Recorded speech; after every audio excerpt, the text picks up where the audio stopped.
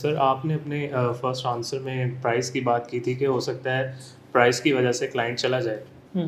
Right, तो sometime ऐसे होता है कि जॉब्स पोस्ट होती हैं अपवर पे और क्लाइंट्स ने अपना काफ़ी बड़ा बजट दिया होता है, लेकिन उनका पेमेंट मेथड वेरीफाइड नहीं होता।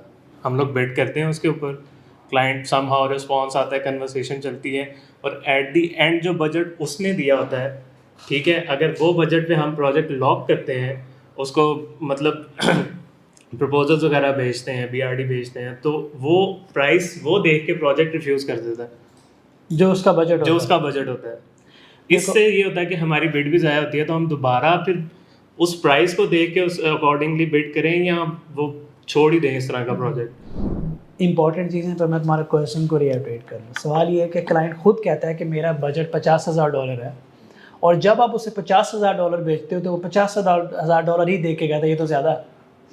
बजट उसने $50,000 डॉलर हुआ है, लेकिन वो $50,000 की प्राइस दे के हमें कहता है आप तो महंगा दे रहे हो।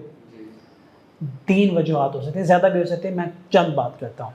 नंबर 1, मोस्टली क्लाइंट्स को ये नहीं पता होता बजट क्या है, उनको फिगर डालना नहीं आता। नॉन टेक्निकल लोग आके प्रोजेक्ट करते हैं, मिस अंडरस्टैंडिंग हो जाती है, मिस्टेक से वो ज़्यादा डाल जाते हैं या कम डाल जाते हैं, 5,000 से 50 कर देते हैं या 50 से 500 भी कर जाते हैं।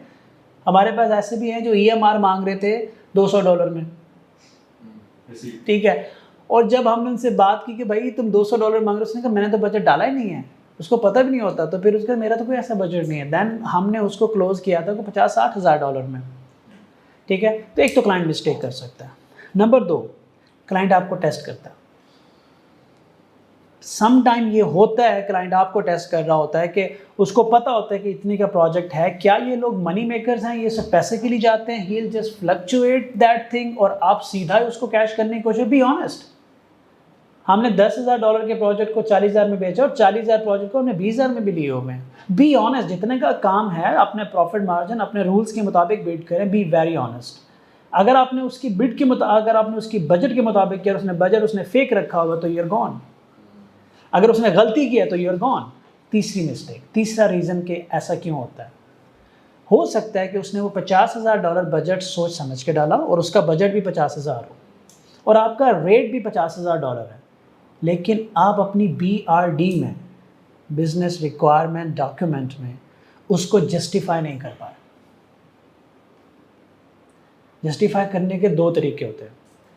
मैं आपसे जाता हूँ, कोई महंगी चीज़ खरीदने जाता हूँ, एक सेल्समैन मैं सेल्समैन से कहता हूँ मुझे स्पेसिफिकेशन, अभी मैंने एक हफीज़ सेंटर में, नाम नहीं लूँगा क्योंकि हम रिकॉर्डिंग पे हैं, तो मैंने मैसेज किया जिसको मैं करता हूँ, आप लोगों को पता है कि मुझे ना एक प्रोजेक्टर भेजो, शॉर्ट थ्रो प्रोजेक्टर भेजो।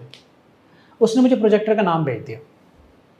मैंने आगे से उससे कहा कि भाई अगर तुम कस्टमर के लिए डिसीजन मेकिंग आसान नहीं करोगे ना तो मैं तुमसे चीज़ नहीं खरीद सकता। तो मुझे लगता है कि अगले मैसेज में मैं तुमसे इसकी प्राइस पूछूं, फिर उससे अगले मैसेज में इसकी स्पेक्स पूछूं, फिर उससे अगले मैसेज में इसकी मैं अवेलेबिलिटी पूछूं, 4 मैसेजेस करूं तुम्हें मैं। मुझे डिसीजन मेकिंग के लिए 5 चीज़ें चाहिए, वो 5 चीज़ें तुम्हें मुझे एक ही मैसेज में भेज दो, मैं पढ़ के तुम्हें बता दूंगा मुझे प्रोजेक्टर लेना है या ये नहीं लेना। तो मुझे लगा कि उसने मुझे वैल्यू नहीं दी, उसने सीधा प्रोजेक्टर का नाम भेजा, सोनी फलां फलां फलां, अभी मुझे प्राइसेस भेज रहा है उसकी। उसने मेरे लिए डिसीजन मेकिंग टफ कर दी और उसने मुझे वो नहीं दिया जो मुझे वो चाहिए था, तो I felt bad, I felt offended.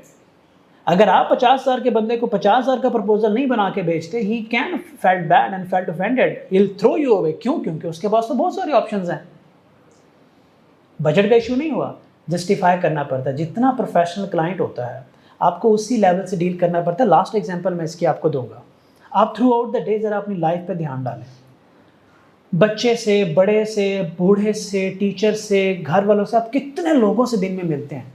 क्या सबसे बात करने का तरीका सेम होता है आपका? नहीं ना। हर बंदे से आपका बॉडी लैंग्वेज चेंज हो जाती है, अल्फाज चेंज होते हैं। सिमिलरली क्लाइंट भी इसी तरह से बदलते हैं। प्रोफेशनल क्लाइंट आते हैं, मनी मेकर्स आते हैं, क्वालिटी ओरिएंटेड क्लाइंट्स होते हैं, टाइम ओरिएंटेड क्लाइंट्स होते हैं। आपका BRD और आपकी कम्युनिकेशन हर क्लाइंट के स्टेचर के मुताबिक होनी चाहिए, तब इस तरह के सरप्राइजेस नहीं मिलते। 3 चीज़ें। Is it clear? गुड।